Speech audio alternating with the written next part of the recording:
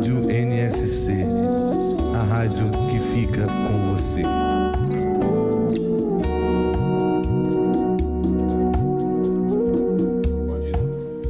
Estamos iniciando mais um programa Viva a Voz Saúde pela Rádio Nossa Senhora de Copacabana, a queridinha aqui da cidade maravilhosa do Rio de Janeiro.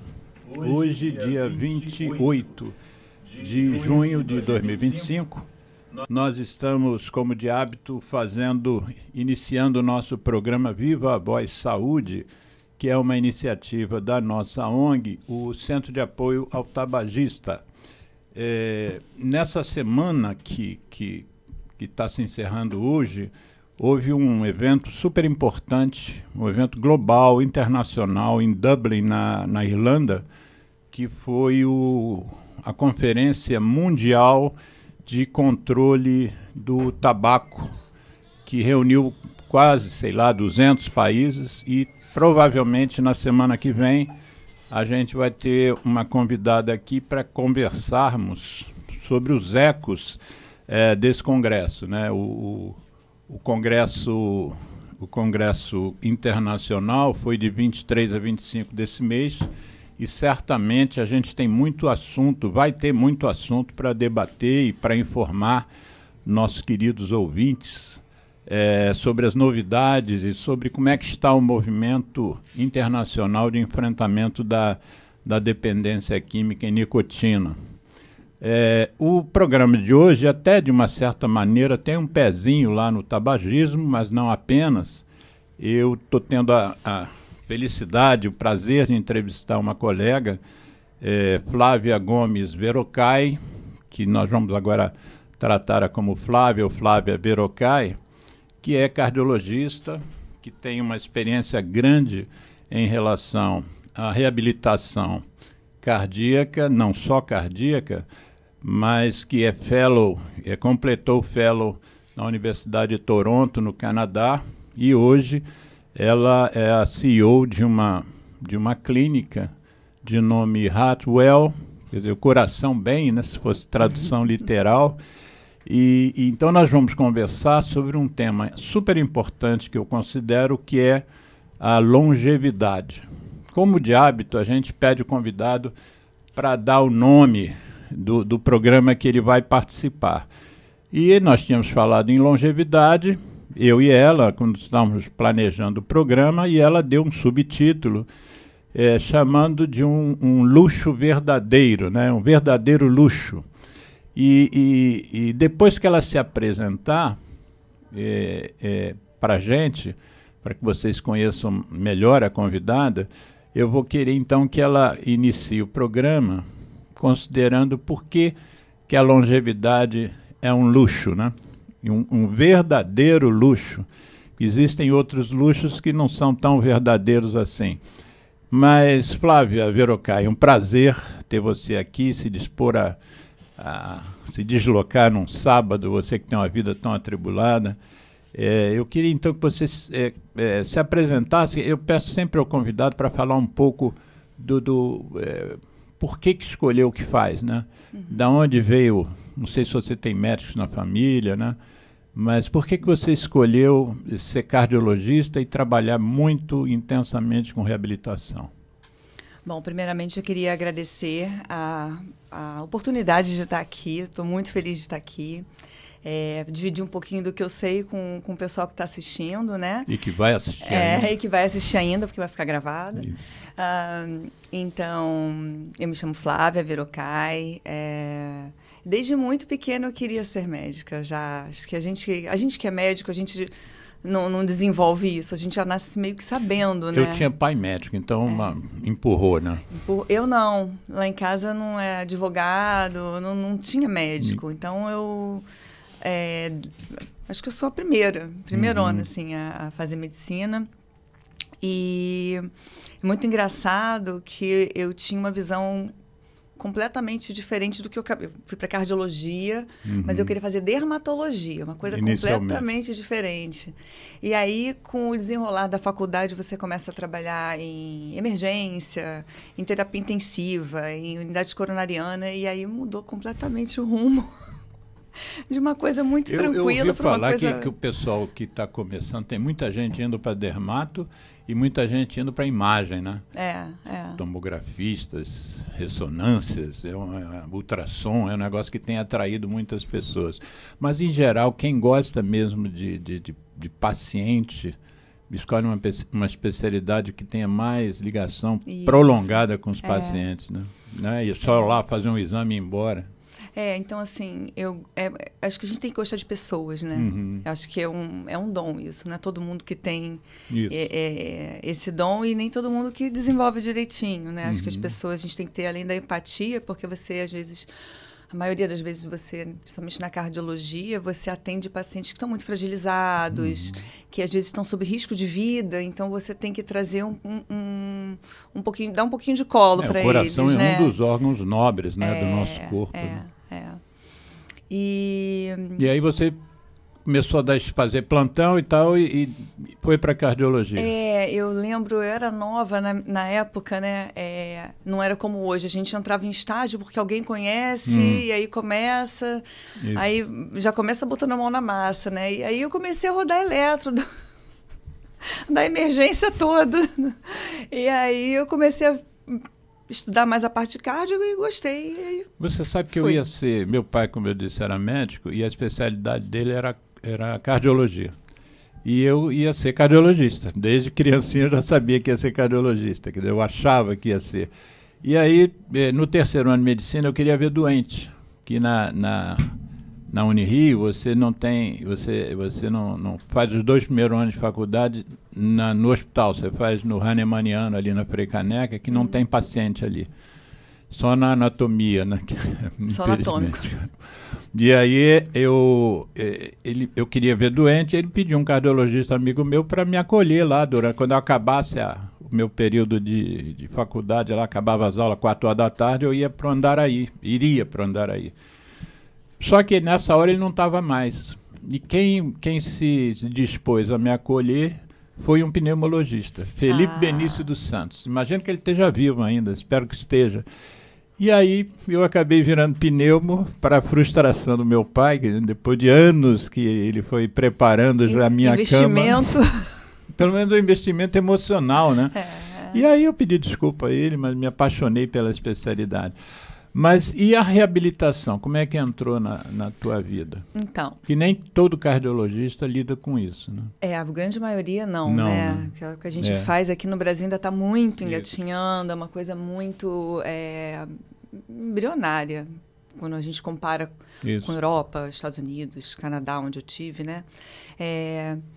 Eu terminei cardiologia aqui, só que no meu último ano eu decidi, eu passei um mês no Canadá, conhecendo o hospital, eu tive uma oportunidade para ir, fui e voltei, olha, vou terminar tudo aqui, tô indo, tá? Decidi. Isso eu tinha 20 e poucos anos. E aí meu pai falou, tá, o que eu vou fazer? Não posso te prender, você quer ir? Vai, tudo bem.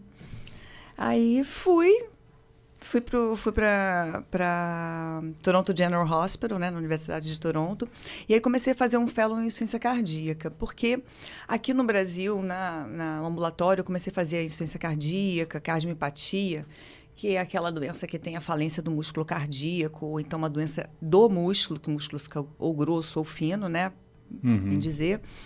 E eu me apaixonei. E eu comecei a estudar e comecei a ver que aqui no Brasil não tem tratamento. A gente dá um remédio e aí, na época eu estava na Santa Casa, a gente via muita gente falecer porque não tinha como a gente dar suporte a esses pacientes. Medicamentoso, alguma coisa mais a longo prazo, a terapia na época estava começando, desfibrilador, ressincronizador, que são aqueles marca-passos especiais, né? Que é transplante cardíaco, uma coisa que a gente não falava aqui. E aí eu me apaixonei, eu comecei a estudar, eu falei, preciso fazer isso. E fui. E lá, a gente, eu acabei, vai entrando, né? Atividade física sempre foi uma coisa muito importante na minha vida, uma coisa que eu sempre fez parte de mim. Acho que se eu ficar sem fazer atividade física, sai de perto. Mexe com o humor, né? Mexe com o humor. E aí... eu comecei a entrar no laboratório de reabilitação. Então, a gente tem o que eles chamam de Heart Function Clinic, que é 3 vezes por semana a gente tinha esse ambulatório. Laboratório de função cardíaca. É um ambulatório. Seria a tradução, né? Laboratório de função cardíaca. Isso. Então, todas as insuficiências cardíacas ali. E óbvio que tinha subespecialidades, né? E tinha uma parte que era o laboratório de fisiologia cardíaca, cardiovascular. Era ali que eu me escondia, que eu ficava ali fazendo todos os testes cardiopulmonares. Né? O teste cardiopulmonar, para quem não sabe, é um exame que a gente faz para avaliar a capacidade, não só a capacidade cardiorrespiratória, né, cardiopulmonar do paciente, mas você faz uma avaliação mais completa. Você vê a parte de perfusão pulmonar, a parte toda circulatória periférica e coração-pulmão. E além disso, a parte muscular. Como é que está a parte da respiração celular no nível de músculo. Então, te dá uma avaliação muito completa do paciente, né? Não só a parte da insuficiência cardíaca, ou a parte que a gente via muito pacientes com hipertensão pulmonar. Né? Então, a gente fazia uma real classificação, estratificação de risco desses pacientes. E aí eu fui me interessando porque eu comecei a ver muita coisa que não fazia parte do meu mundo, que isso não existia isso aqui, né? E não tem tanto tempo assim, né? E não tem tanto tempo. Você ficou lá 10 anos? Fiquei lá 10 anos. Ao todo? Ao todo. Isso você voltou a quanto? 11 anos. Você voltou a 11? A 11. Quer dizer, nós estamos falando de início do século XXI. Isso. A situação dos pacientes aqui nessa área não era... Porque eu sou pneumologista, eu também fiz isso que você fez, mas fui para a França, uma cidadezinha perto da Alemanha chamada Estrasburgo. Aí fiquei lá um período, mas aí minha área de escolha foi a endoscopia respiratória. Mas aí curiosamente, meu chefe francês, o chefe clínico e o chefe cirúrgico, o cirurgião de tórax, chefe, ambos fumantes, né? Era uma coisa interessante, que antigamente, como você está se referindo aí, não tinha certas coisas, mas do ponto de vista da prevenção também não se dava muitos valores antigamente. Mas eu que não sou da sua área, da área do meu pai, eu noto assim que parece que houve um grande avanço em relação à doença coronariana, né? Você tem os cateterismos cada vez ficaram mais comuns, as angioplastias, né? Você, para o leigo saber o que a gente está falando, quer dizer, o infarto é uma obstrução da coronária e hoje você entra dentro da coronária e desentope a coronária. Isso. Então, apesar de ainda ser o infarto do coração a principal causa de morte da humanidade, mas quando você vê as causas de morte na humanidade, você tem lá o infarto, o AVC, a terceira causa de POC, o câncer de pulmão é o primeiro a matar, mas você ouve falar pouco da insuficiência cardíaca, né? Sim. Quantas pessoas morrem de insuficiência cardíaca, quer dizer, morrem por um problema cardíaco, mas acaba como sendo rotulado como ataque cardíaco, Sim. ou como infarto, na verdade não era, né? Foi uma falência do músculo. É importante salientar aqui que, obviamente, doença coronária, que é a doença aterosclerótica, né, que é o entupimento dos vasos. Então, você tem doença de entupimento dos vasos não só no coração, né, não é exclusividade do coração. Tanto é que a segunda causa é o AVC. É o AVC. Né? Então, mas você tem entupimento nas pernas e em qualquer outra artéria, vaso do corpo. Mas a insuficiência cardíaca, apesar de a primeira causa ser a doença coronariana, o infarto, ela não é só causada por isso. Existem outras causas. E isso que o senhor falou é engraçado, porque... Deixa eu te interromper. Eu falei com você que eu ia te interromper. O senhor está lá em cima, no céu. Nós, inclusive, aqui esse prédio é de uma filial da casa dele, a Igreja Nossa Senhora de Copacabana. Não confunda as coisas. Mas fala, estou brincando. Mas... Perdeu. Então, não, vou voltar, insuficiência cardíaca volta. Mas a principal, a doença coronária é a principal causa, mas a gente esquece que tem outras causas. Porém, eu entendo, eles rotulam como ataque cardíaco, falência cardíaca. Na verdade, eles põem parada cardiorrespiratória, né? Que é a famosa... É o pior do mundo. Pior, né? Porque acho que para morrer você tem que estar em parada cardiorrespiratória, independente da causa do óbito. Mas isso é outro papo. Então, assim... O problema é que a insuficiência cardíaca, ela tem tanta coisa relacionada, tem tantos fatores de risco que se sobrepõem, e o final da insuficiência cardíaca é você ter aquela sobrevida, você tem a sobrevida livre de evento e se segura ali, mas a maioria dos pacientes entram em insuficiência renal, tanto que a maior causa de diálise no final da vida é a insuficiência cardíaca. A gente fez um estudo disso lá no Canadá, usando os dados do ICES, que é um instituto de pesquisa ali de Ontário, e foi evidenciado isso. Então, a insuficiência cardíaca é um problema gravíssimo de saúde pública, não só aqui, como no mundo todo. Antes da gente ir para o tema que eu propus que você falasse da história do luxo, da longevidade... Sim. Mas já que você abordou a insuficiência cardíaca, fala um pouquinho da relação da insuficiência cardíaca com a hipertensão arterial sistêmica. A famosa pressão alta. Pressão alta. Para a insuficiência cardíaca, como eu disse, né, você tem alguns relacionados à doença coronária, né, do infarto, à doença aterosclerótica, mas antes disso, essa é só uma das pontinhas ali do iceberg. Antes disso, você tem todos aqueles fatores de risco que estão relacionados com insuficiência cardíaca. Hoje em dia, obviamente, hipertensão arterial, né, a pressão alta é um grande vilão, até eu publiquei recentemente no Instagram, porque é uma doença silenciosa. Você só vai se dar conta, muitos pacientes só se dão conta que tem pressão alta quando já tem uma lesão de órgão-alvo. E o que é lesão de órgão-alvo? Quando já algum órgão do seu corpo está danificado. Pode ser o olho, pode ser o rim, pode ser o coração, pode ser o cérebro. Então, é um vilão silencioso. Então, acho que tem uma íntima ligação, correlação. Até porque a hipertensão não controlada pode, isoladamente, causar insuficiência cardíaca, por doença cardíaca hipertensiva. Então, não é comum lá fora, mas aqui no Brasil, eu até tenho uma paciente, ela tem um ventrículo muito dilatado. Ela não tem doença coronariana, o cateterismo dela é normal, mas ela é uma paciente que ficou anos sem tratamento para hipertensão adequado. Aproveitando também, quais seriam os sintomas? O que faria uma pessoa desconfiar de que ela possa estar com uma insuficiência cardíaca? Insuficiência cardíaca a gente tem dois tipos, basicamente, né? Uma que o coração não consegue relaxar, então o coração fica endurecido, mas consegue contrair o músculo.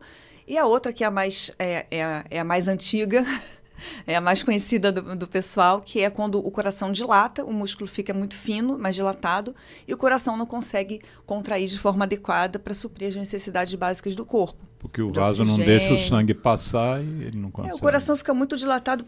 Sabe a analogia que eu falo quando as pessoas... Você pega um balão desses de aniversário, aquela bola de soprar, coloca água ali.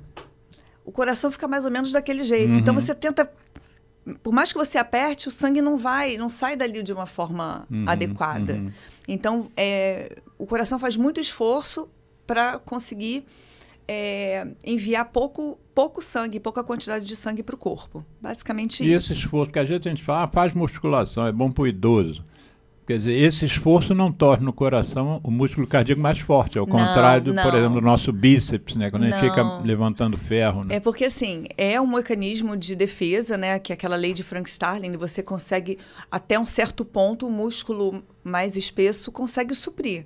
Até que chega um ponto que tem tanta demanda, tá tão dilatado que ele não consegue. E aí ele dilata. Então, quais são os sintomas? Então, os sintomas o mais comum é você ter um cansaço inexplicado, você tem dificuldade em desenvolver suas atividades do dia a dia, até o ponto de que tem pessoas que não conseguem tomar banho sozinho ou pentear um cabelo, mas você começa a perceber que você não consegue subir 2 lances de escada, e aí vai progredindo. E como é que você faz a diferença disso com a terceira causa de morte, que é essa diretamente ligada ao cigarro, que é a DPOC? Aquela falta de ar, de quem tem enfisema, por exemplo, qual seria bem a diferença do paciente para ele perceber o que está acontecendo com ele? Que também são situações assim, né? Cansaço ao esforço. Sim. E tem gente que realmente chega a um ponto que não consegue tomar banho também, porque prende a respiração enquanto a água está caindo, né? São mecanismos diferentes, né? Da falta de ar, do cansaço, da insuficiência cardíaca, porque geralmente você não consegue ter sangue, oxigênio no seu músculo, na sua musculatura, e também porque o seu pulmão fica com um líquido. Né? Congesto. A gente fala congesto, o pessoal não... Mas o pulmão é como se fosse uma esponja. Você coloca ele, afunda ele na água e tira. Se você espremer, sai água, né? Então, só que o pulmão, não dá pra gente espremer ele. Então, ele fica pesado, cheio de água dentro. Então, a pessoa não consegue... não tem a troca gasosa direito. Trocar o gás. Então, você não consegue tirar o gás carbônico e receber o oxigênio.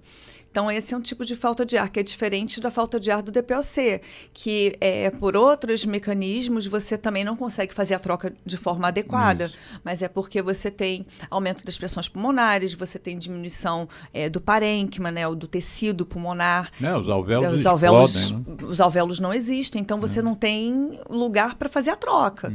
Né? Então, até o ponto de chegar a fazer aquelas bolhas de pulmão, que o ar fica ali, a pessoa não perde capacidade pulmonar, perde volume de pulmão. Né?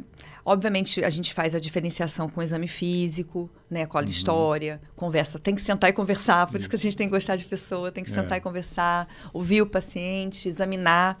Na insuficiência cardíaca tem algumas pistas que a gente pode, né, na ausculta cardíaca, mas antes você começa a ver as veias do pescoço um pouco mais dilatadas, tem um pouco de inchaço nas pernas, ou inchaço na região do abdômen. Né? Enquanto o DPOC tem aquelas alterações clássicas na formação anatômica do pulmão, né? da caixa torácica, né? Abaquetimento digital, o paciente enfisematóso é mais magro, tem aquela tosse crônica com pigarro. Na insuficiência cardíaca, a tosse é diferente, é uma tosse que te acorda de noite, porque é quando o pulmão fica mais congesto, por conta da gravidade, então ele tem que sentar para respirar. Eu comentei que o coração é um órgão nobre, e os pulmões também são, né? Que cérebro, rim, pulmão, coração e fígado. São 5 órgãos nobres. Então, as doenças desses 2 órgãos, pulmão e coração, sempre vão gerar falta de ar. É uma característica do músculo cardíaco e do movimento de pulmão. Agora, vamos na questão da longevidade. Nós estamos falando aqui, basicamente, nós falamos de doença cardíaca e falamos agora sobre a DPOC. Primeira e terceira causa de morte no mundo. Ou seja, tudo que a gente pudesse fazer, desde pequenininho, desde criança, para preservar esse sistema, sobretudo esses 5 sistemas nobres, né?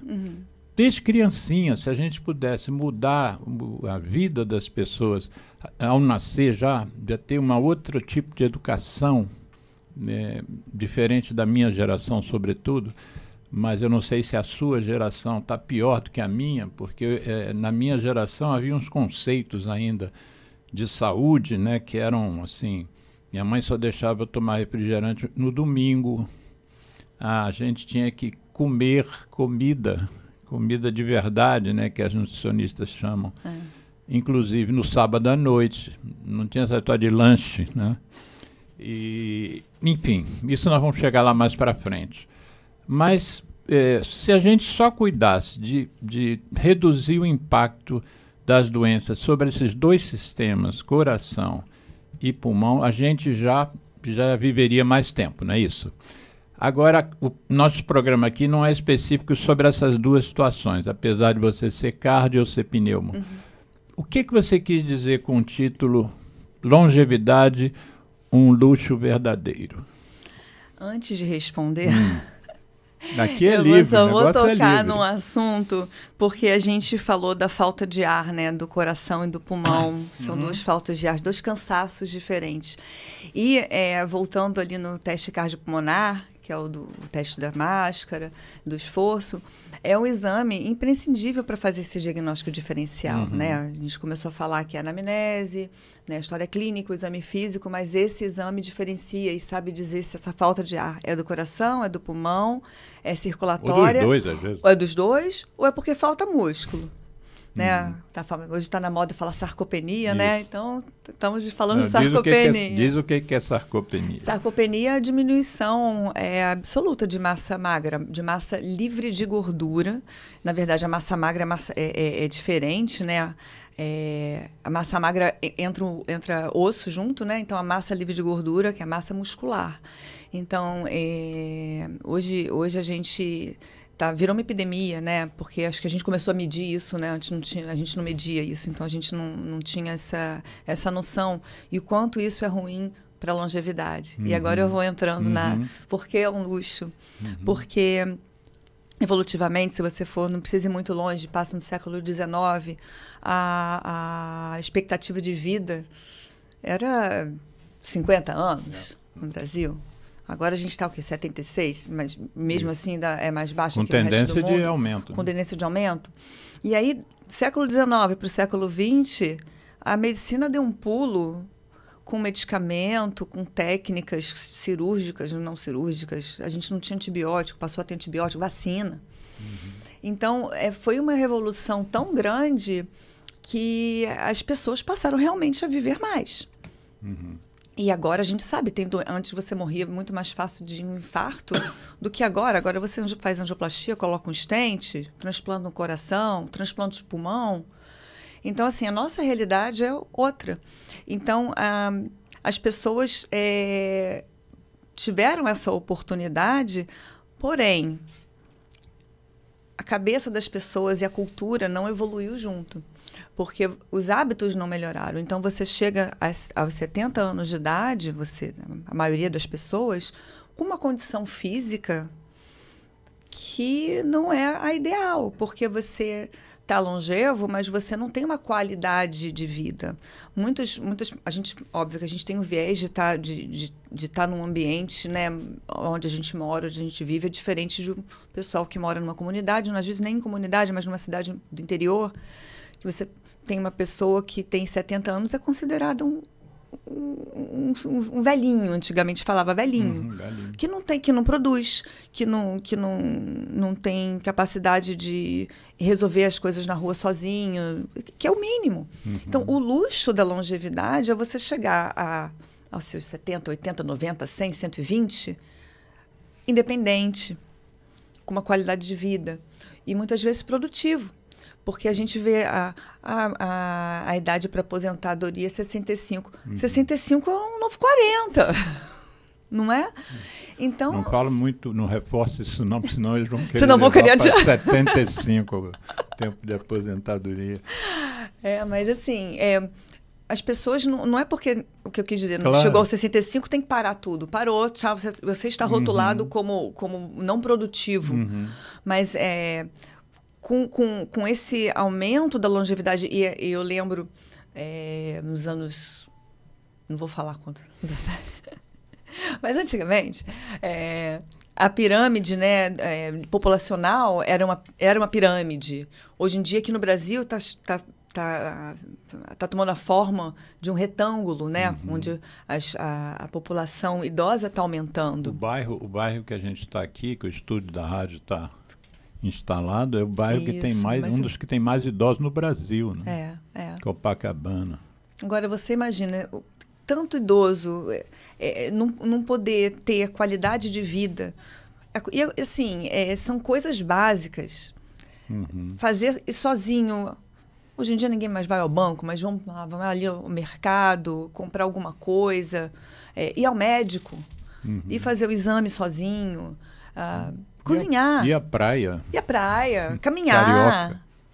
Não é? Ter uma vida, E é uma coisa interessante, porque a gente, há tempos atrás, a gente dava muito valor ao tempo da vida. Me lembro, quando eu era mais novo, você pensava que era viver muito.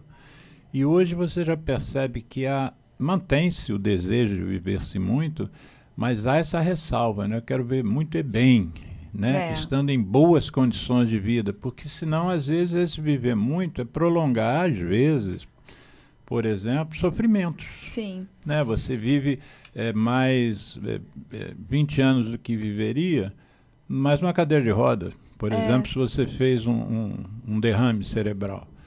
E todas essas doenças que são as principais geradoras de mortes globalmente, todas elas têm prevenção primária, têm prevenção secundária, prevenção terciária. Muitas pessoas que hoje morrem de infarto, ou que hoje sofrem um AVC, morrendo ou não, ou que hoje têm DPOC, são as 3 principais doenças. Se a gente botar mais a quarta, que seria uma soma, pode passar até a primeira, que são, se somássemos os cânceres, sobretudo os cânceres preveníveis, como o câncer de pulmão. O câncer de pulmão não existia no século XIX. Sim. É uma doença do século XX, que é uma doença de quando começou-se a fumar. Né? O câncer de pulmão tem um gráfico muito interessante da American Cancer Society, que mostra a elevação da morte por câncer de pulmão em homens. Os homens começaram a fumar no início do século, e quando chegou em 1940, por exemplo, o câncer de pulmão passou a ser o primeiro a matar os homens americanos. E as mulheres começaram a fumar depois da Segunda Guerra. Então, quando chegou em 1985, no gráfico das mulheres, o câncer assumiu a liderança de mortes entre mulheres. Um câncer que não existia no século anterior. Quer dizer, a gente, do ponto de vista científico, a gente evoluiu do século XIX para o século XX, mas os tais determinantes comerciais da saúde fizeram com que uma doença surgisse por causa da industrialização, que foi o câncer de pulmão, né? Então, em relação ao fato de ser um luxo, especifica melhor ainda, mais ainda, o que está na tua cabeça. Por que você considera um luxo de verdade? A longevidade em si? Sim, que é o título do nosso programa. Sim. Longevidade, um luxo verdadeiro. Por que você considera que é um luxo verdadeiro? A longevidade saudável. A longevidade saudável, eu não meu quero chegar Deus, era acamada, o título. Eu quero chegar me mexendo. Desculpe, volta fazendo tudo aula de atrás, dança. Volta tudo atrás, que fui eu que comi um pedaço do título que você deu. Não é só a longevidade. O importante é que seja uma longevidade saudável. Esse é o luxo. Ser saudável. Você chegar na cidade sendo produtivo e sendo saudável. Não tendo tantas dores, tendo tanta falta de ar. Mas assim, é a questão de você preparar. A gente estava falando um pouquinho antes, né? A gente chega com esse corpo, essa carroceria, e a gente vai com a mesma carroceria até o final. Sim. As células vão mudando, mas... A gente pode dar um jeitinho aqui, um jeitinho ali, mas o que está dentro, é aquilo ali. Só que, hoje em dia, a ciência evoluiu tanto que existem prevenções além das medidas preventivas, como dieta, exercício, sono, não fumar, não beber, né, a alimentação saudável, já deve ter falado, controle de outros fatores, como pressão arterial, diabetes, colesterol, que é a parte genética. Né? Isso é bem interessante, que a gente está estudando bastante, pensando até, remetendo o logo da clínica, né? Que é a clínica Hartwell, a gente fez o logo pensando no infinito, remetendo à longevidade. E a parte genética é muito importante, está sendo muito estudada, e hoje em dia é uma coisa que faz parte, sim, do nosso dia a dia. Pode fazer. Porque as pessoas ainda não lembram que isso existe, e muitas pessoas, eu já ouvi de colega médico, assim, mas para que eu vou fazer um exame desse? Eu falei, para tudo. Para mudar a sua vida. Porque você pode fazer intervenção específica para a sua própria longevidade, né? Hoje em dia a gente fala de medicina 5.0, medicina personalizada, e é isso. Porque o que funciona para mim não funciona para você, não funciona para ele nem para ele. Né? As células têm qualidades diferentes, dependendo dos genes, da expressão genética de cada um. Né? E, ainda mais fundo, existem fatores externos que vão afetar a expressão desses genes ou não. Então, dependendo dos seus hábitos de vida, você pode estar... Dá uns exemplos. Exemplo, você tem um gene para demência. Se você fizer uma dieta ruim, se você tiver hábitos ruins, não se exercitar, não comer proteína suficiente, etc., você vai, sim, desenvolver. Só que se você tomar medidas preventivas, você pode não desenvolver. Grandes chances de você... Como eles falam de ligar e desligar, né? Ali, a sinalização celular. Então, tem várias Bom, uma das coisas a gente comentou que foi o cigarro, né? O cigarro, sim. O câncer de pulmão que não havia no século XIX, mas provavelmente devia haver ali algum genzinho. Né? Acende ali, ele estimula o estresse oxidativo, Isso. né? Para quem não sabe, estresse oxidativo, aquele radical livre, né? Então, essa cascata toda aí.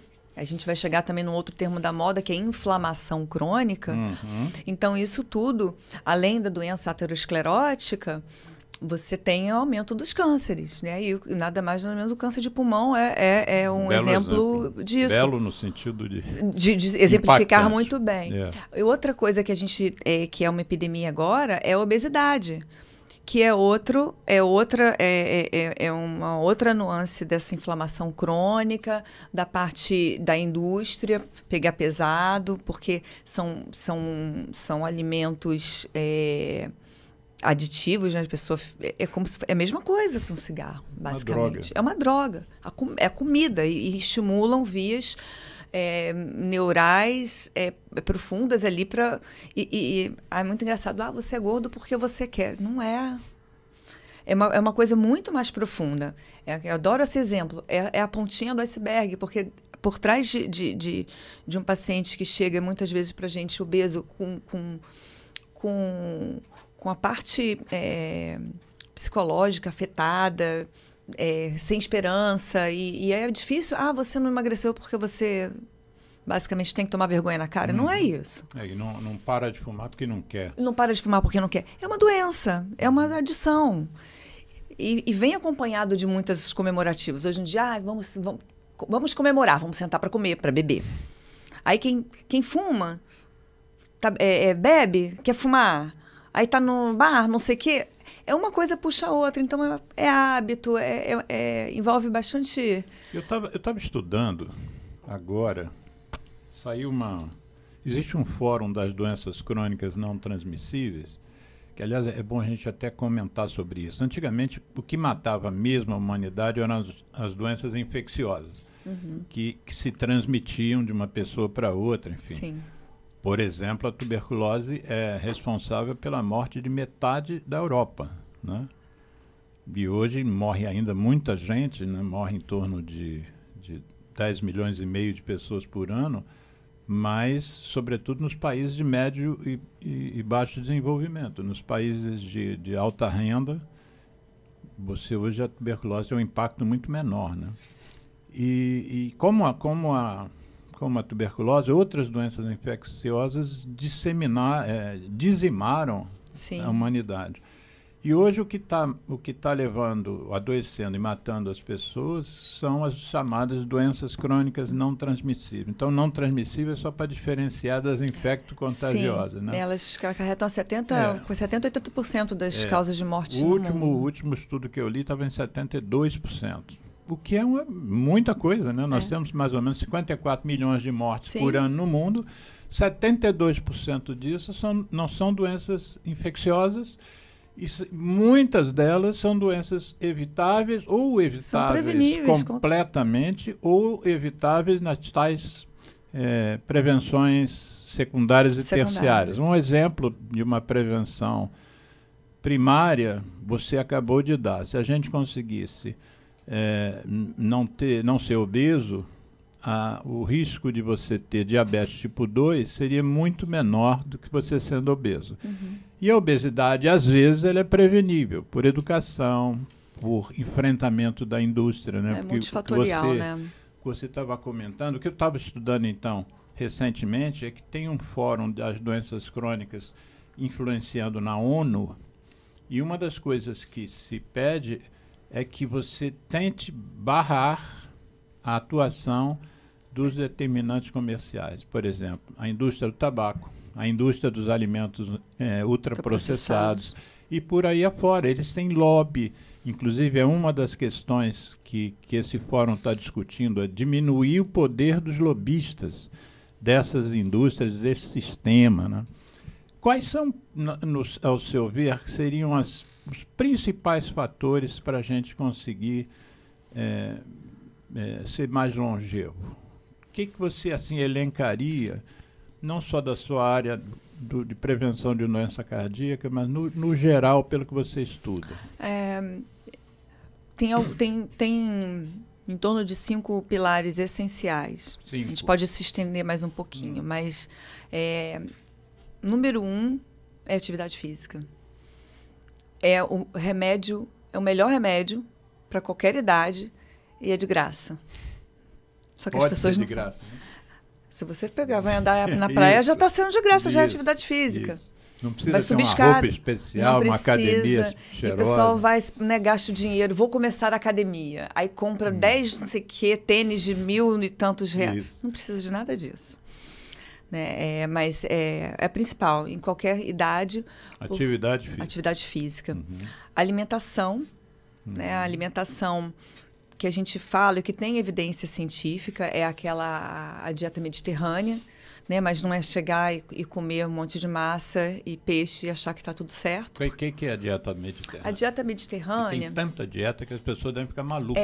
É a dieta que é consumida na região do Mediterrâneo, que é o sul da Itália, né?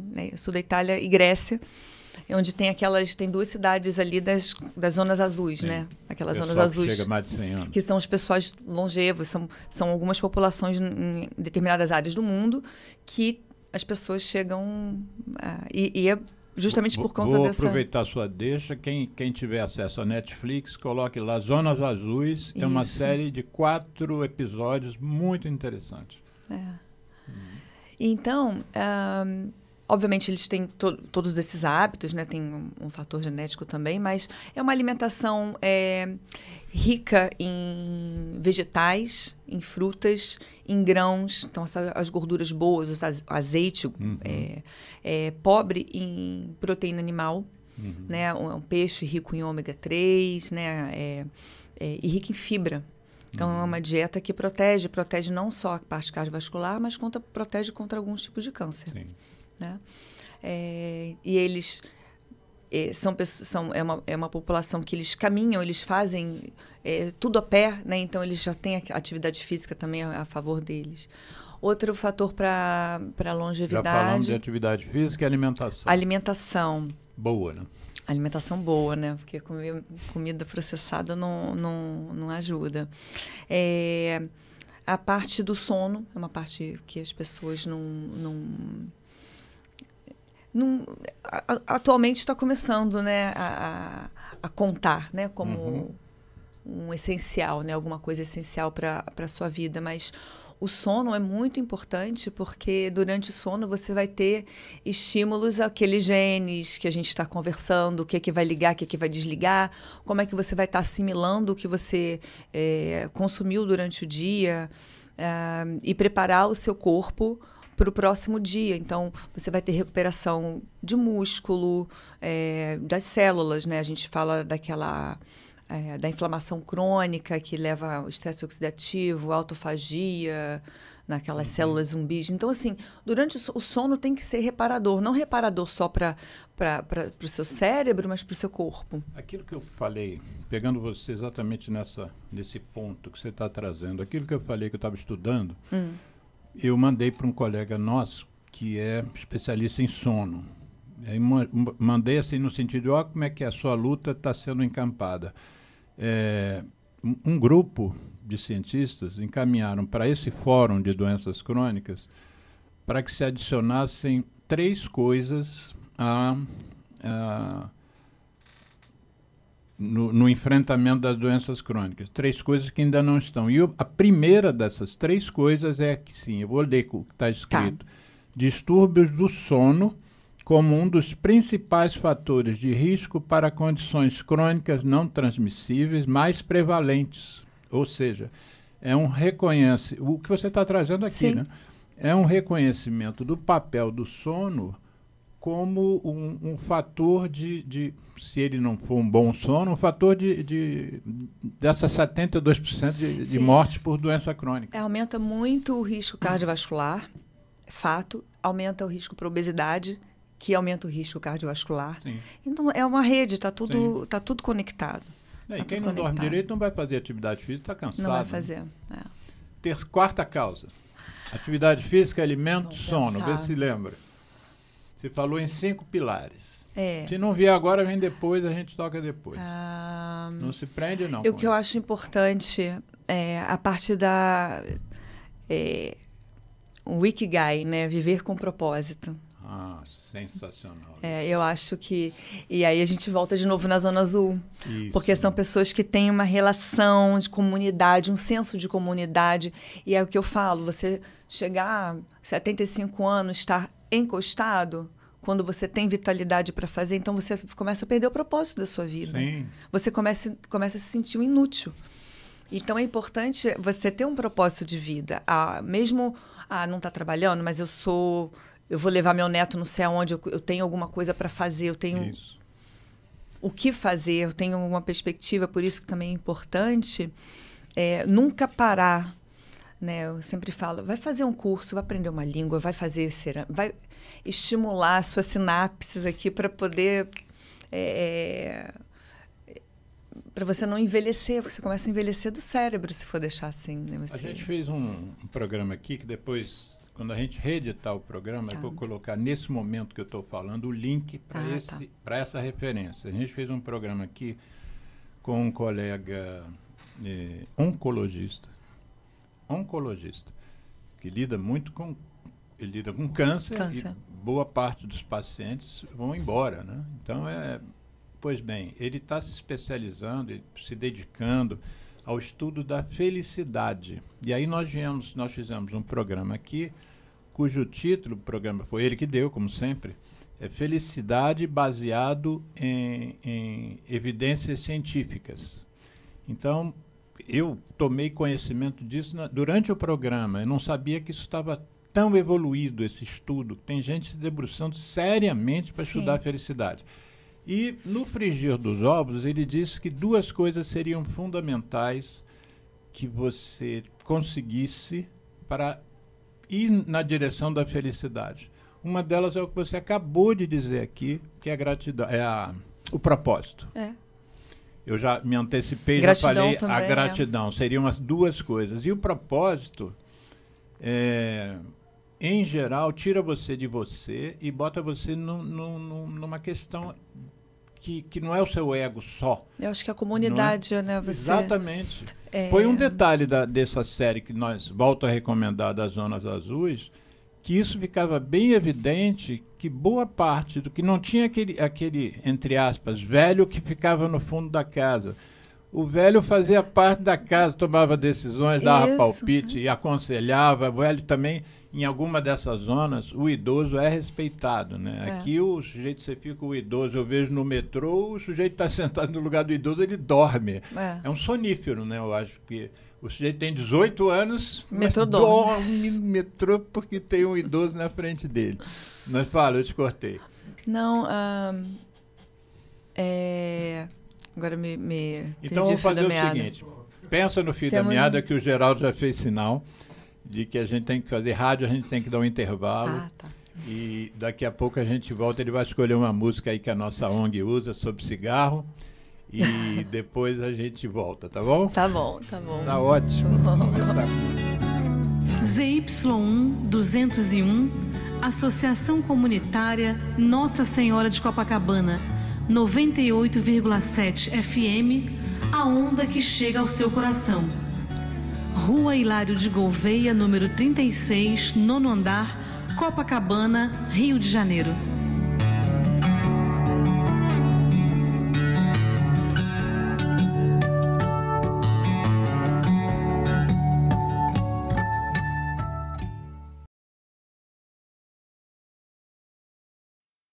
Eu me chamo Tony Garrido, junto de Vange Souza, a gente convida a dizer não ao cigarro, não ao tabaco.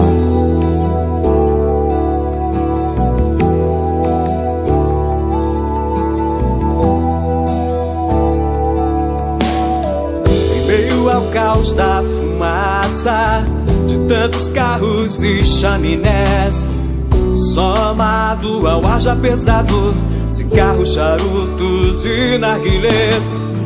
É feito estufa, é feito por cada um mais um contra, já são 2 a favor. A favor do do ar mais saudável. Apague o cigarro, acenda o amor.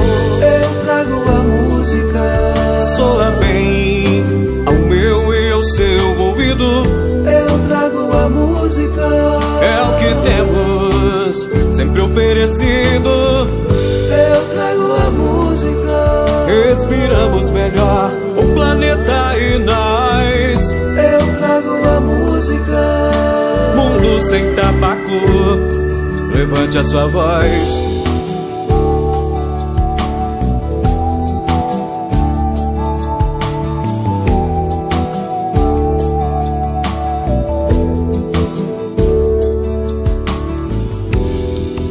Eu trago a música, soa bem ao meu e ao seu ouvido. É o que temos sempre oferecido. Eu trago a música, respiramos melhor o planeta e nós. Mundo sem tabaco, levante a sua voz. Efeito estufa é feito por cada um mais um contra, já são dois a favor. A favor do ar mais saudável, apague o cigarro, acenda o amor. Eu trago a música, soa bem ao meu, ao seu ouvido. Eu trago a música, é o que temos sempre oferecido. Eu trago a música, respiramos melhor o planeta e nós. Eu trago a música, mundo sem tabaco, levante sua voz.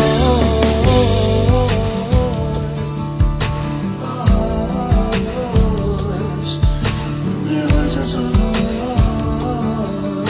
levante a sua voz. Eu trago a música, respiramos melhor o planeta e nós. Eu trago a música, mundo sem tabaco, levante a sua voz. Eu me chamo Vange Souza, junto de Tony Garrido, a gente te convidou a dizer não ao cigarro, não ao tabaco.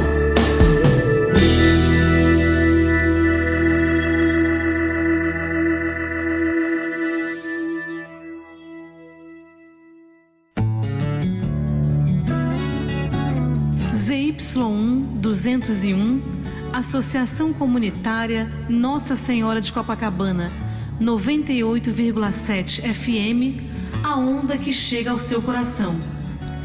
Rua Hilário de Gouveia, número 36, nono andar, Copacabana, Rio de Janeiro. Estamos reiniciando o programa Viva a Voz Saúde pela Rádio Nossa Senhora de Copacabana, 98.7 FM, Rio. A música que tocou no intervalo é a música Eu Trago a Música, do Tony Garrido e do Vange Souza. Eu trago a música para não tragar a fumaça do cigarro. Então é uma música crítica à indústria da nicotina. Nós estamos aqui conversando sobre... o programa, o tema é longevidade saudável. Agora eu não omiti essa palavra super importante. A longevidade saudável. E a nossa convidada listou, fez referência a algo que são 5 pilares a base para a gente ter uma longevidade saudável. Chegar à fase mais velha, fase mais idosa, com qualidade de vida, não só com tempo de vida. E a convidada citou a atividade física, alimentação, uma boa alimentação, que também se usa o termo de equilibrada, né? Depois eu até vou comentar. Eu comento agora. Nós fizemos o nosso programa anterior aqui com uma nutricionista e o tema do programa foi basicamente a alimentação do diabético, mas descambou para a alimentação de uma forma geral. E aliás, ela usou um termo, dois termos, dizendo que a nossa sociedade está carbofóbica está proteínomaníaca. Sim. Queria até que você comentasse a sua observação dela. Fala. Eu acho que o carboidrato virou um vilão, né? Porque começa nessa parte de glicolização, né? Glicação, né? Por ser como foi descoberto o estresse oxidativo, e você ter a glicação, e é ruim, radical livre, papapá, envelhecimento. Então, carboidrato é muito ruim, tudo que tem glicose é ruim, e proteína é vida, proteína não sei o quê, toma todo mundo whey, creatina, não sei o quê. Óbvio que eu acho que proteína é vida, sim, amo proteína, mas a gente tem que lembrar que a proteína sozinha não faz a máquina funcionar. A gente precisa de carboidrato, que mal ou bem é o que dá energia. Então, eu sou a favor de dieta. Essa dieta é equilibrada. Exatamente. A alimentação tem que ser equilibrada. Isso. Nada em excesso e nada em falta. Nós fizemos um outro programa, acho que foi ano passado, ano retrasado, com uma nutricionista lá da UERJ, e o tema foram as gorduras, óleos e azeites. E ela também trouxe o mesmo tipo de sensação que as pessoas teriam de que toda gordura é ruim. Nós temos que abolir a gordura. Quando, na verdade, a gordura é fundamental para certos processos, né, do nosso organismo. Principalmente os Tem hormônios. que escolher a gordura boa, né?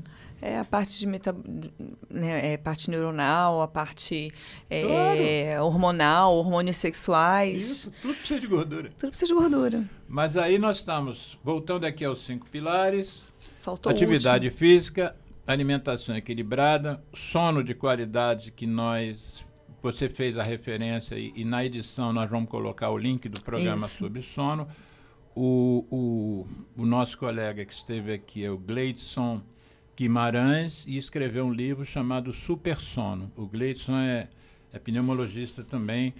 O Márcio aqui presente, eu não mencionei, mas o nosso cirurgião torácico está aqui, uma plateia privilegiada aqui acompanhando o programa do Bastidor, né?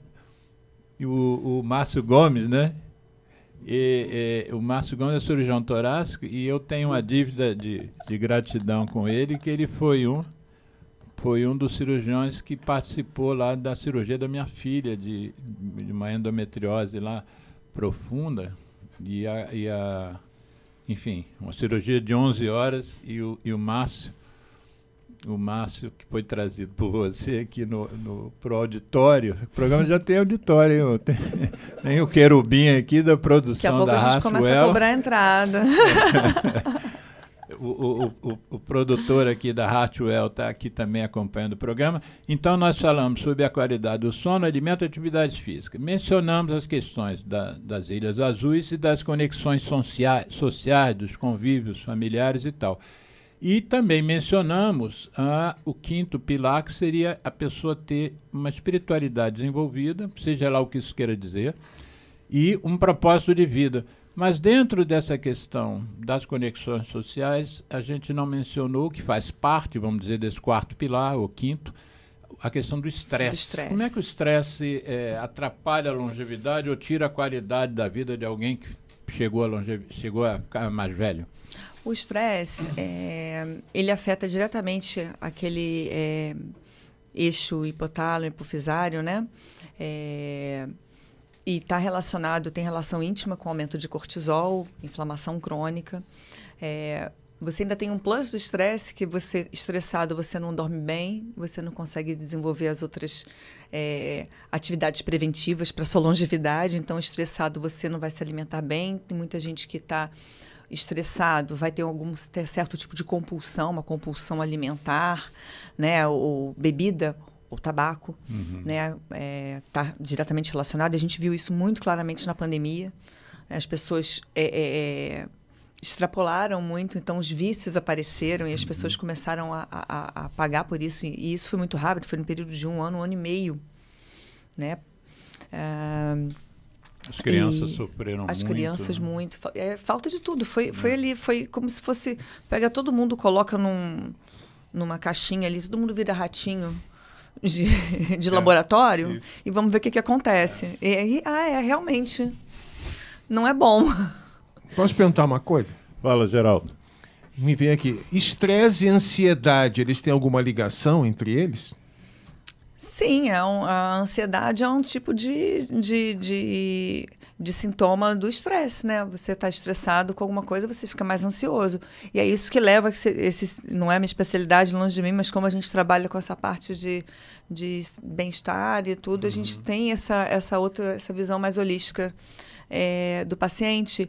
E sim, tá tudo relacionado. Então, já é cientificamente provado que o estresse e a ansiedade estão relacionados também com o aumento do risco cardiovascular, pressão alta, arritmia cardíaca.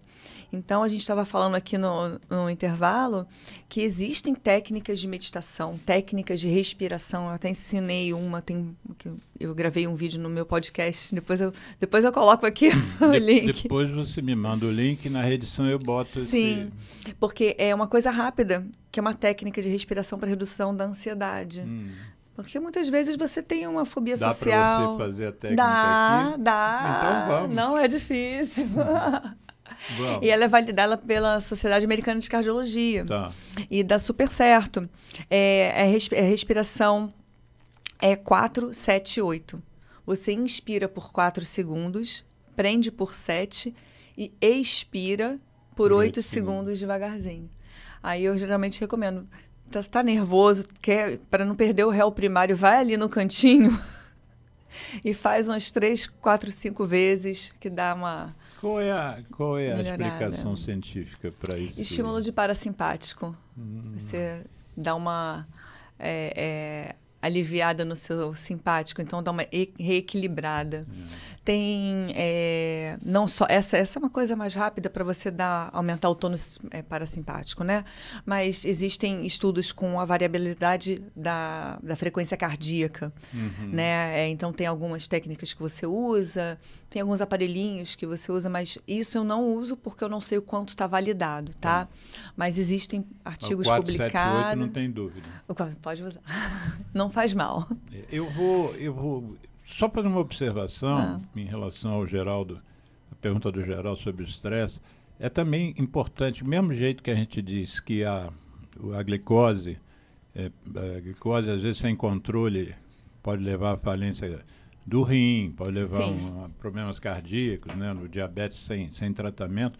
A questão do estresse também, o que é reconhecido é que sem o estresse não haveria humanidade mais, né? Porque o estresse às vezes faz com que você fique atento a certos perigos. Se você não tiver o estresse, você vai andando e o leão te pega, né, quando você fizer a curva. Sim. Passou atrás de uma árvore, tinha um leão. Você tem que ter algum tipo de reação. Tem algum tipo de reação. O problema é você perder o controle disso, ou viver nisso como se você estivesse sempre enfrentando um leão. Quer dizer, o leão é uma vez na vida que você foi no meio do mato. Tem que escolher os seus leões e as suas lutas.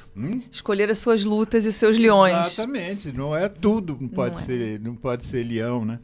Mas, então, falamos aqui dos tais pilares, repetindo que isso é bom que a gente deixe bem marcado. Atividade física. A ordem eu acho até que não interfere tanto, né? Mas atividade física, uma alimentação equilibrada, um sono na medida do possível, que eu moro numa rua que de vez em quando passam uns alucinados fazendo rolé e faz você às 3 horas da manhã. Os caras susto. Com aquelas portes com a de cano de descarga aberto e te tira do sono. Aí até você voltar no sono REM leva mais não sei quanto tempo. Mas sobre sono REM, eu vou botar o link do programa, vocês vão saber direitinho o que é isso. As fases do sono, né? Então, você estava sugerindo isso de uma forma... E você até buscou algo que já é consenso, esses 5 pilares. Sim. Agora vamos tentar abordar esses 5 pilares tintim por tintim, assim. Tipo, você disse que a atividade física pode ser até de graça. Obviamente que se você for na Babos, vai ter um personal trainer, né? Uma academia cheirosa. Vai comprar um tênis mais um solado não sei o quê, mas se você for um Durango Kid, caminhar já é o suficiente, em vez de usar o elevador no prédio, usar a escada, são as coisas que já me passaram. Você como especialista em reabilitação, A atividade física, ela pode ter para algumas pessoas limites, né? Sim. Tem certas pessoas que não podem fazer tais coisas e tal. Como é que você trabalha isso na sua clínica? Se eu chego lá, eu infartei e estou acima do peso, e aí me apresento e a sua clínica vai me levar para um bom caminho. Como é que você trabalha Como é que isso? acontece? Tá. Então, a gente recebe o paciente numa consulta comum. Eu converso com o paciente, a gente faz os exames básicos. E o que eu chamo de exames básicos, né? Na clínica, eu vou fazer, além do exame físico, o eletrocardiograma, uma análise de bioimpedância. E aí eu vou avaliar a composição corporal, porque... O que é análise de bioimpedância? Bioimpedância, O Então... que é isso? O famoso IMC, Índice de Massa Corpórea, é uma Altura ferramenta... por peso. É o peso dividido pela altura ao quadrado. Isso. Então, isso é um valor que a gente tem para definir baixo peso, peso ideal, sobrepeso, obesidade. Porém, isso a nível de estudo científico, uma coisa muito ampla. Porque existe... Mas já é acessível hoje no celular, né? Você é, vai no Play Store e baixa lá, IMC. Aí já coloca. Agora, o grande problema é que eu tenho 2 pessoas, 2 homens de 35 anos. Ambos pesam 80 quilos. Só que um é um marombeiro da academia desse tamanho. E o outro não. Ele pesa 80 quilos porque tem músculo. Só que é esse que é onde entra a bioimpedância. Você vai fazer uma análise da composição corporal. E o que eu digo, que é isso? Primeiro, o que é músculo, o que é gordura e o que não é nenhum nem outro. Tem isso também. Tem isso, porque tem água e tem claro. o osso. Então, a gente tem que ver o que é. E com a bioimpedância, a gente lá na clínica faz a análise vetorial. É uma coisa mais científica, mas essa bioimpedância ela dá alguns outros dados, como a composição, o grau de composição corporal, quão comprometido ou não está. A gente consegue avaliar a qualidade das suas células. A qualidade das células que estão compondo o seu corpo. Isso é modificável, você pode mudar. Se você está retendo líquido, por que você está retendo líquido? Aonde que está? Em que espaço está? Está no intra, no extra? Isso se você detectou que tem água demais, vamos dizer. Aí eu sei de onde está vindo a água, como é que você está retendo. Desculpa a ignorância. Como é que é feito esse exame? Não é exame de sangue? Não. É o que exatamente? É uma análise elétrica. Elétrica? O meu aparelho, ele é como se fosse uma caixinha, assim, uma cestinha. Você coloca o paciente em decúbito dorsal. Você coloca 8 eletrodos nos membros. Então, 4 membros, 8 eletrodos. Não fura não, viu, gente? Não é injeção, não fura, a gente coloca só um adesivo, como se fosse fazer um eletro. Isso. E aí coloca a esteirinha assim na altura dos joelhos. E aí eu ligo, coloco os dados que são necessários. E aí ela analisa o paciente. Você tem algum videozinho desse exame? Tenho. Então, se puder, me manda. Que na reedição, quando chegar nesse momento do programa, eu coloco. Porque eu acho que a maioria das pessoas nunca ouviu falar nisso. Ou então faz a da academia, que é aquela que você segura assim, um pezinho. E aquela ali é muito sujeita a erro, não é Aquilo a gente vê, acurada. mas o chamado de teste ergométrico, não é a bioimpedância, né? Aquilo que a gente vê normalmente, aqueles filmes, né? Pessoa segurando uma esteira. Não, aquilo ali, a balança com a mãozinha assim, é a bioimpedância. É balança. É uma balança. Não, mas no outro que eu estou falando é uma esteira. Teste ergométrico. Isso.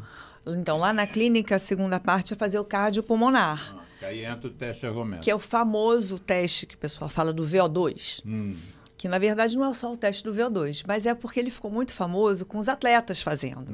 Popularizou porque as pessoas, todo mundo quer correr meia maratona, todo mundo faz 40 anos, quer correr atrás do tempo perdido, né, da longevidade. E aí vai querer maratona, Ironman, triatlon, não sei o quê, e aí tem que ter alguma coisa para embasar. É uma coisa interessante que você falou agora, que quer correr atrás da longevidade. Eu acho que existem 2 fases da vida. Uma é aquela que você acha que nunca vai morrer, e a outra fase é aquela que você acha que vai morrer amanhã. Não é? Você fala com o menino, como eu faço palestra na escola, e você fala sobre os riscos do cigarro. Não faz parte da realidade, não está passando pela cabeça. Que câncer, não existe. Que é isso? Esse velho está falando aqui. E o outro é esse, é a pessoa que... Opa! É. Ele perdeu um amigo com 45 e que infartou na Isso. frente dele. Amigo de boteca, amigo de pelada, morreu com 45. Ele... Tava jogando bola, caiu duro. É aquele que só pratica final de esporte uma vez semana. por semana. Mas assim, usando esse gancho, por isso que é importante essa educação de longevidade vir de casa. De casa. Né? E de cedo. Tem que ser cedo. Então, eu lembro, meu filho devia ter uns 3 anos, estava na creche, aí tinha um trabalhinho e um videozinho que a professora perguntava, fazia perguntas para as crianças. Aí ela perguntou, Vitor, o que é sua mãe favorita, coisa favorita da mamãe? Ir para academia. Era assim... O que é só uma coisa? Aí é o tênis da academia. Era tudo academia. Então ele já foi à academia comigo algumas vezes, coitado. Mas. Ô, Vitor, ainda bem que sua mãe gosta de academia. Já é um dos pilares, já está. Mamãe vai ficar velhinha com você. Mas e aí eu sempre tentei colocar isso na vida dele, a parte de alimentação. Tanto que ele é um pré-adolescente que é consciente do que comer. Ao ponto de chegar e falar assim, vamos comer uma pizza? Não, mas já comi muita besteira esse final de semana. Nossa Senhora, esse menino... É evoluído, né? Veio de outro planeta.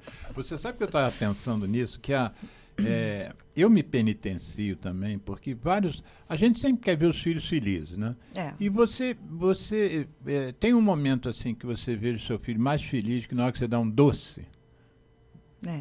Então, eu me peguei várias vezes fazendo um esforço de memória, voltando atrás na infância dos meus filhos, do tipo de coisa que eu oferecia, entendeu? Era uma recompensa antigamente, né? Como se fosse, ou então como você, eu trabalhava de 7 às 10 nessa época, e aí você tem um pouco de culpa, né? Então você quer aliviar a sua culpa vendo a criança sorrir, dá uma caixa de bombom.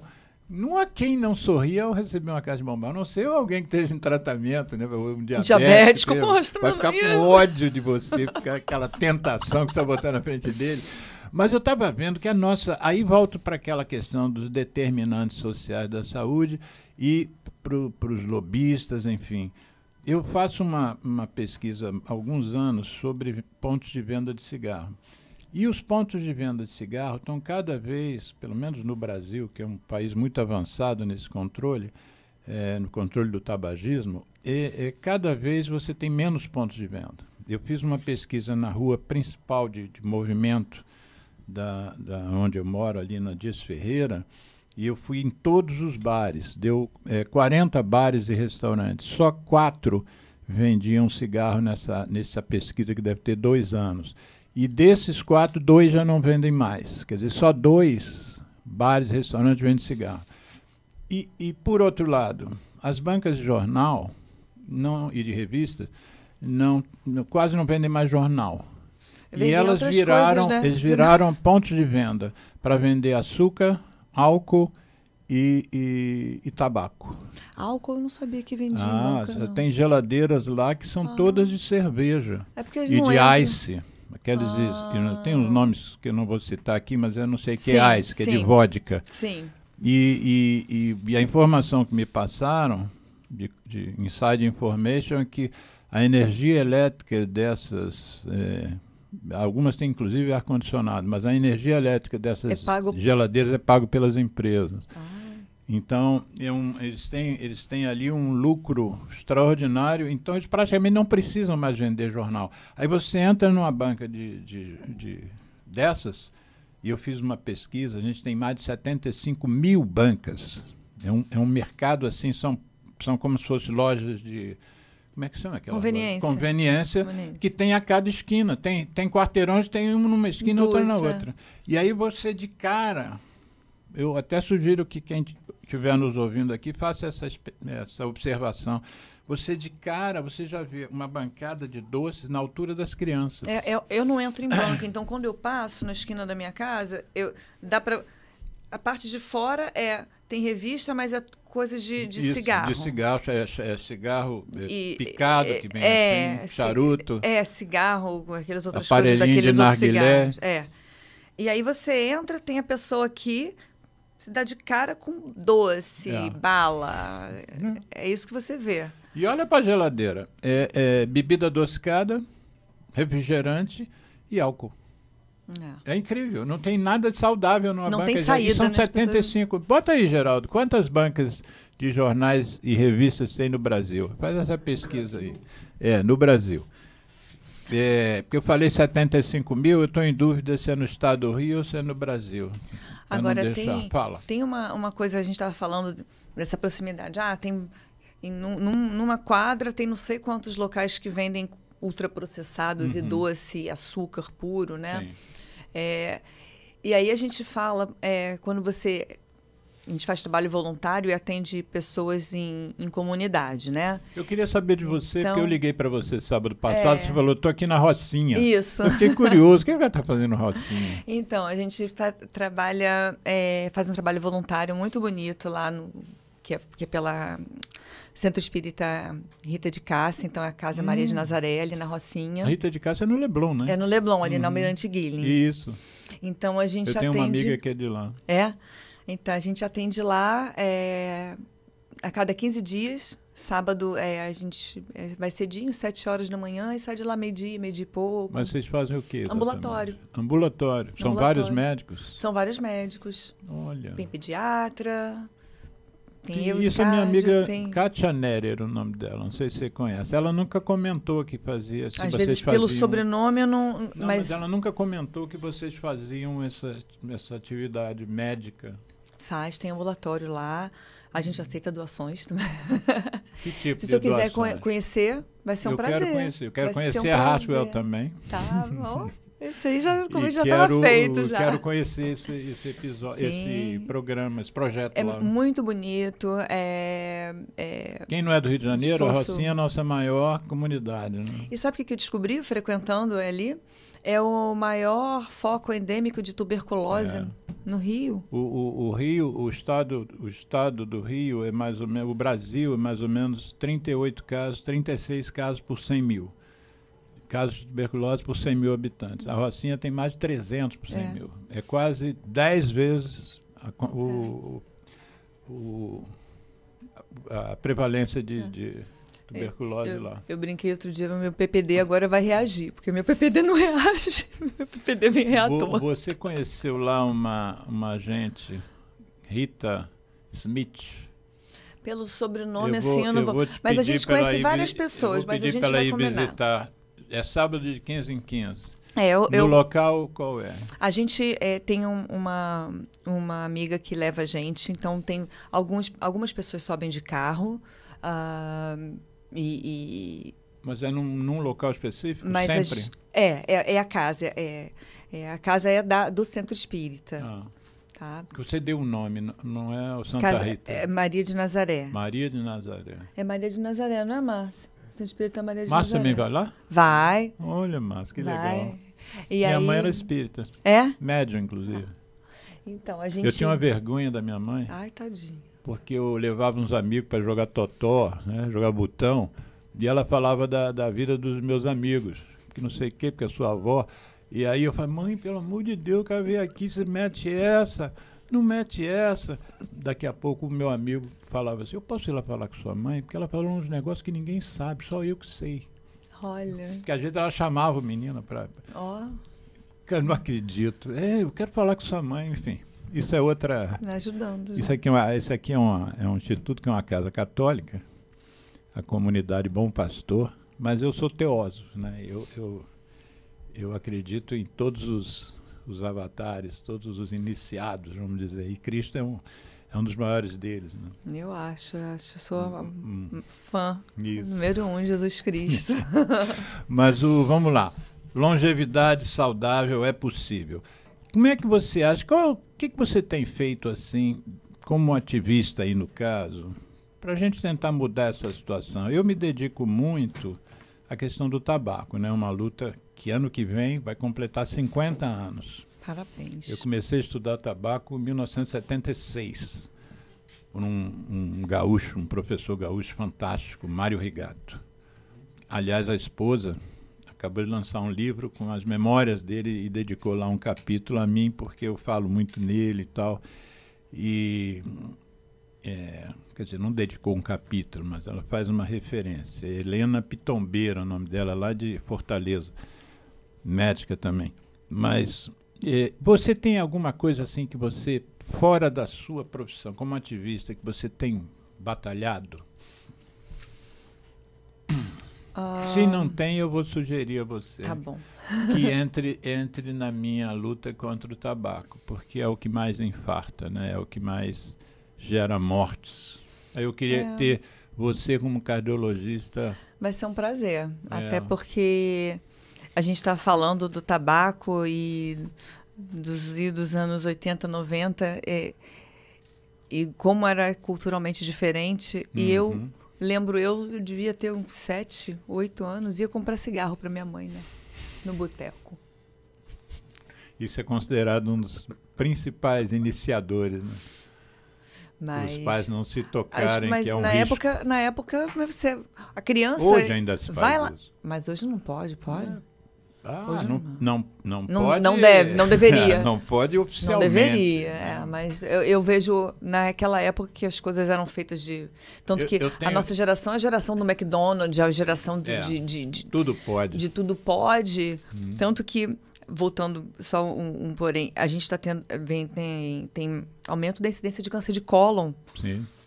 As mulheres, vê Preta Gil, Simoni, pessoal da nossa época. Colo de útero também. Colo de útero, mas o intestino é a dieta, essa dieta maluca que a gente foi submetido, cigarro. O cigarro contribui para 19 cânceres. Assim. Sim, câncer de bexiga, né? Coisa nossa, assim falamos de bexiga. Não pensa, já fizemos um programa aqui bexiga, com Leonardo pâncreas. Abreu, urologista. Pâncreas. Steve Jobs foi embora. Sim. Quanta gente foi embora com câncer de pâncreas? Sabe quem foi embora com câncer de pâncreas? Claro que não sabe. Sua geração é outra. Você pegou uma série chamada... Viu, pelo menos, nos filmes antigos, chamada Bonanza? Nossa, eu não vi, mas eu já ouvi falar. Eu via todo sábado, lá em Saquarema, Bonanza.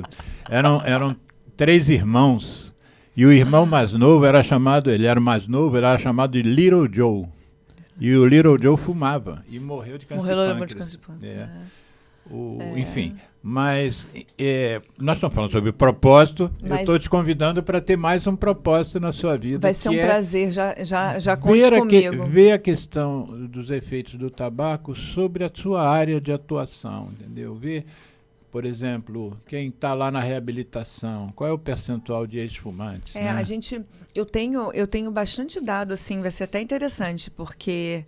Vamos fazer alguma coisa juntos. Eu tenho um parceiro de vida e parceiro de trabalho e eu faço as avaliações, porque quando você vai operar o pulmão por conta de um câncer, você tem que tirar uma parte do seu pulmão. Ou o pulmão todo. Ou o pulmão todo. A gente não quer o pulmão todo, mas a gente tenta poupar ao máximo, tanto que a única vantagem essas técnicas de nós, avançadas... pneumologistas, é porque a gente tem 2 pulmões, né? Os nossos pacientes. O meu só coração é um só. O coração é um só, o cérebro é um só. O rim também tem 2. O rim tem 2. O fígado dá para tirar uma partezinha. Mas, então, eu faço a avaliação pré-operatória desses pacientes. A gente tem um trabalho legal de fazer uma pré-habilitação, que é preparar o paciente, melhorando a capacidade cardiorrespiratória, funcional, muscular, antes da cirurgia. E a parte de reabilitação, que é melhorar o paciente, a capacidade do paciente no pós-cirúrgico. Então, a gente tem muitos dados, porque... Eu pego, obviamente, a história, a anamnese dos pacientes. Mais uma vez, eu fiz pós-graduação no Canadá, o senhor me interrompeu, convidar quando ele está falando. Então, eu sou mestre nisso. Vi com o Jô Soares. Eu só faço uma referência, já que você fez a referência, eu vou voltar a tocar no assunto. Nós estamos aqui na plateia com o Márcio, que é cirurgião de tórax, e que esteve aqui no programa fazendo... O nosso programa foi sobre cirurgia robótica. Isso. Né? Então, nesse momento do programa, na reedição, eu vou botar o link. Quem quiser conhecer um pouco sobre a cirurgia robótica, os avanços... Uma das coisas que eu nunca mais esqueci, Márcio, que você comentou, é que a cirurgia feita com a cirurgia robótica faz com que, às vezes, cirurgiões se aposentem mais tarde. Porque tem o negócio do tremor, né? Isso, o tremor não afeta, não afeta na hora... O cirurgião vai ficando mais velho, começa a tremer e a gente tem que parar de operar. E aí, quando ele usa esse instrumental, a coisa prolonga a vida dele útil. A pinça que está lá na frente, me corrige, porque eu sou só adjuvante, atriz coadjuvante nessa área. Mas ele está lá eu falo no joystick, lá no videogame, ele pode tremer à vontade, que lá na frente ninguém treme. Interessante, né?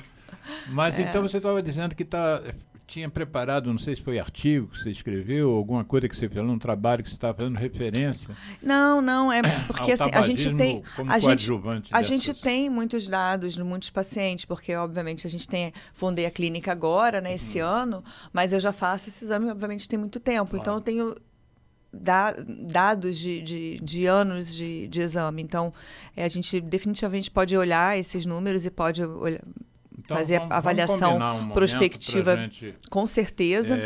Bom, senão o programa vai acabar e eu não dei a referência. Que referência que você quer que a gente depois na edição coloque como contatos? O que você disponibiliza para a gente colocar na imagem mesmo? Pode colocar eu tenho o link no YouTube, no Instagram. Esses eu tenho. Esses eu, inclusive, botei na chamada. Tem o site. Tem algum telefone que você possa disponibilizar? Tem. Qual deles aqui? Esse aqui. Diz aí que eu falo aqui no ar. Pode botar esse primeiro aqui. Esse primeiro, tá. Então eu posso botar isso no programa, mas vou falar agora aqui que o prefixo do Rio de Janeiro é 21. Isso. 99890 0274. Vou repetir, 21 99890 0274. No YouTube, fala aí no microfone o nome do canal. DRA Flávia Verocai no YouTube. DRA de doutora. No Instagram tem o meu pessoal, que é DRA Flávia Verocai. E tem o da clínica, que é Clínica Hartwell, HEARTWELL.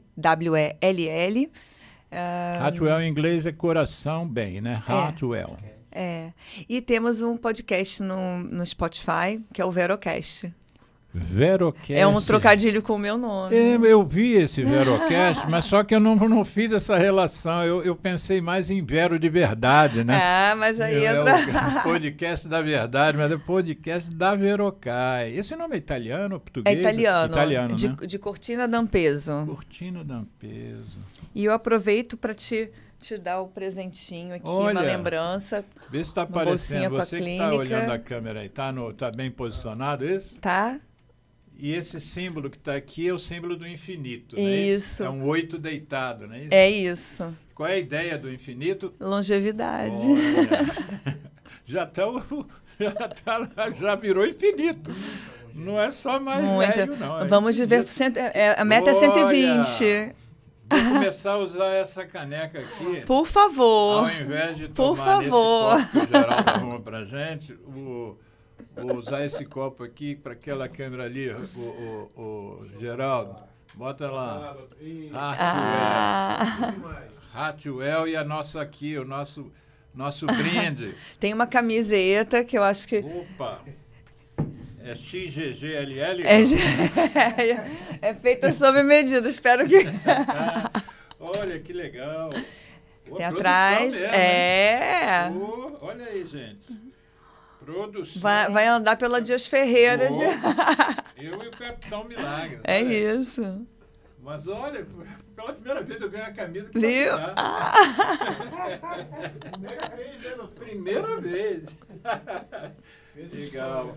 Muito obrigado. Nada, eu que agradeço. Vocês que moram claro. perto, vocês vão me ver lá com essa camisa. Vamos combinar de caminhar na praia, todo mundo vestido a caráter. E eu tenho um projeto na praia que eu posso fazer com isso, que é catar guimba. Guimba e plástico na areia. Perfeito. O praia não é cinzeiro nem lixeira. Isso. Sabe que eu vou participar agora? Eu sou ativista. Escuta, em setembro vou participar junto com mais 2 pessoas, do Rio Innovation Week, para a gente falar sobre esse meu projeto Praia não é cinzeiro e nem Posso participar, lixeira. Pode me chamar que eu participo. Vamos participar, eu quero fazer um evento, estou comentando com os barraqueiros todos ali para a gente trabalhar mais isso. Recebi um negócio fantástico ontem de uma amiga que foi para uma praia paradisíaca lá em Portugal e que eles têm um negocinho de madeira, assim, como se fosse uma estante. Assim que você entra na praia, tem uns copinhos para ninguém jogar guimba na areia. Joga no copinho. Joga no copinho e depois devolve e bota lá no... Aí vem o pessoal e recolhe, aí dá um destino melhor. Muito obrigado pelos brindes da Hartwell. E aí depois eu convido vocês também, a gente vai... Vou postar no Instagram, mas a ideia é a gente fazer eventos de conscientização de bem-estar, atividade física, alguns eventos na praia, de yoga, respiração, e a gente está programando um evento bem legal para Outubro Rosa, atividade física para a saúde da mulher, prevenção do câncer de mama. É uma coisa também que já está bem patenteada. Isso, né? Eu vou botar você também em contato com um colega meu que já veio aqui no programa acho que 3 vezes, e ele é o coordenador de um projeto da UERJ chamado LAVA, que é Laboratório da Vida Ativa. Eu fui da UERJ, né? Então acho que eu lembro. Conhece? Ricardo Oliveira, o nome dele. Não, mas ele regula com você de idade. Não, ele não foi seu professor, certamente. Não. Mas eu era lá. Mas enfim, eu vou passar esse contato com você e vou passar os programas que nós fizemos com ele sobre atividade física. Claro. De repente vocês juntam as duas coisas, Hartwell com Lava, não é? Vai ser ótimo. Flávia, a gente sempre aqui no programa, a gente sempre sente dó, porque o programa acaba e a gente podia continuar falar mais, conversando muito mais, né, Geraldo? Márcia Teles. Hein? Márcia Teles? Falei aí o que ela... Excelente entrevista, parabéns pela iniciativa. Muito bom, Márcia Teles. Obrigado e divulga aí pra gente. Divulga esse programa e o de amanhã que eu vou editá-lo. E aí vou botar de novo no YouTube e aí vai com legenda, o seu nomezinho embaixo. Tá bom. Flávia Verocai, Cortina Dampesa. Vamos programar o próximo. Então vamos programar o próximo. Você já tinha uma ideia, eu que escolhi longevidade. Qual seria o próximo? Você lembra do que você sugeriu? Pensou? Era acho que coisa sobre a menopausa. Eu gosto muito, eu estou estudando bastante a parte de saúde da mulher, porque eu acho que as mulheres ficaram muito abandonadas aí nesses últimos anos. Sim. E conscientizar, porque os sintomas são diferentes, o sintoma de infarto é diferente, tudo se apresenta de uma forma diferente. Sim. E com o chegar da menopausa, o risco aumenta muito. Risco cardiovascular. Sim. Então... É um dos fatores que a gente sugere que as mulheres não fumem. Sim. Porque os hormônios femininos protegem as mulheres. Por isso que só infartava homem antigamente. Né? Porque mulher não fumava. Não fumava, mas aí também chegava numa idade, aí você já não... E a gente vê que realmente aumenta o risco de câncer. Então, assim, para a mulher é muito importante. E eu acho que a parte de reposição hormonal virou muito tabu, sabe? Você pensa no programa, já pensa no título que você quer. Tá bom. E eu não vou fazer nenhuma... Não vou corromper seu título no próximo programa. O programa de hoje foi Longevidade Saudável, um luxo verdadeiro. Prazer. Aí você pensa no próximo, lá para, sei lá, agosto, setembro, você volta aí, se você puder, né? Claro. Porque, a gente faz uma dobradinha aqui, ó. Mas vamos falar de saúde da mulher também? Não, a gente fala de câncer de pulmão, não tem problema. Aí já é um terceiro programa. Ó. Que esse aí já dá um programa só. Você pode vir, mas para ficar na plateia, viu, Marco? Você e o Querubim. Gente, divulguem o programa pra gente. Cliquem aí, quem estiver vendo pelo YouTube. Gente. Cliquem aí no gostei, compartilhem, né? Isso. E segunda-feira, no máximo, esse programa já vai estar reeditado com essas imagens. Vai me mandar, né? Desse Sim, com bioimpedômetro, é assim que chama? Bioimpedância. Mas o aparelho, como é que chama? Não tem um nome? A minha é a BIVA, bioimpedância com análise vetorial. Eita, melhor... Fica só na bioimpedância que tá tudo certo. Aparelho para ver quanto tem de água. Gente, bom final de semana. E nós aqui, eu estou aqui pensando se deu Botafogo ou deu Palmeiras. Eu sou vascaíno, para mim... 0-0. Vai ser prorrogação? Ainda não. Eita! Gente, um abraço, bom final. A bioimpedância é um exame que a gente usa para avaliar a composição corporal. Por quê? Não é um IMC elevado que vai dizer se você está obeso ou não. Por exemplo, um paciente com muita massa muscular, ele vai ter um índice de massa corporal elevado, assim como um paciente com aumento da gordura corporal. Então a gente usa essa maquininha aqui, no caso aqui na Clínica Hartwell, para avaliar a composição corporal do paciente. Aqui eu vou saber direitinho a quantidade de músculo do corpo, então a massa muscular. E nesse gráfico aqui, a gente vai ver a concentração do músculo nos membros superiores, nos membros inferiores e no tronco. Esse exame também vai mostrar a quantidade de gordura. Gordura visceral e a gordura em outras partes do corpo.